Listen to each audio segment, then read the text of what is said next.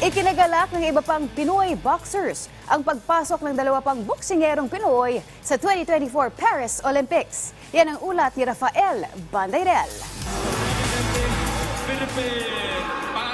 Nadagdagan ang mga boksingerong magsisilbing pambato ng Pilipinas sa 2024 Paris Olympics nitong nagdaang weekend.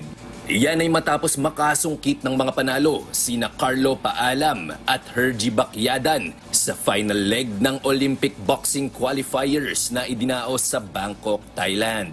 Nakatanggap ng entrada si Paalam sa Paris 2024 matapos talunin si Sachin ng India sa semifinals ng men's 57 kg category. Habang si Bacyadan naman, dinumina si Marielis Yeriza ng Venezuela sa women's 75 kg quarterfinals upang maabot ang Olympic quota. Bilang isa sa mga veterano ng Philippine National Boxing Team, ganun na lamang ang pagkatuwa ni Tokyo Olympic silver medalist Nesty Petesio dahil nagbunga ang sakripisyo ng kanyang mga teammates.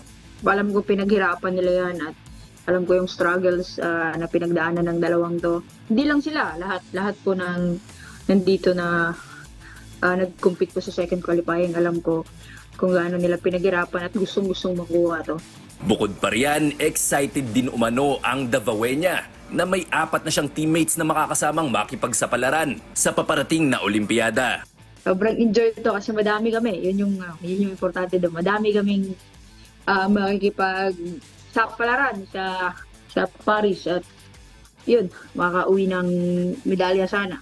Nauna rito, nakakuha ng Olympic qualification si Yumir Marcial nang mapanalunan ng pilak na medalya sa 2023 Hangzhou Asian Games. Sumunod namang nakakuha ng Olympic slot sina Petesio at Ira Villegas sa unang qualifying tournament na idinaos sa Busto Arsizio sa Italia noong Marso.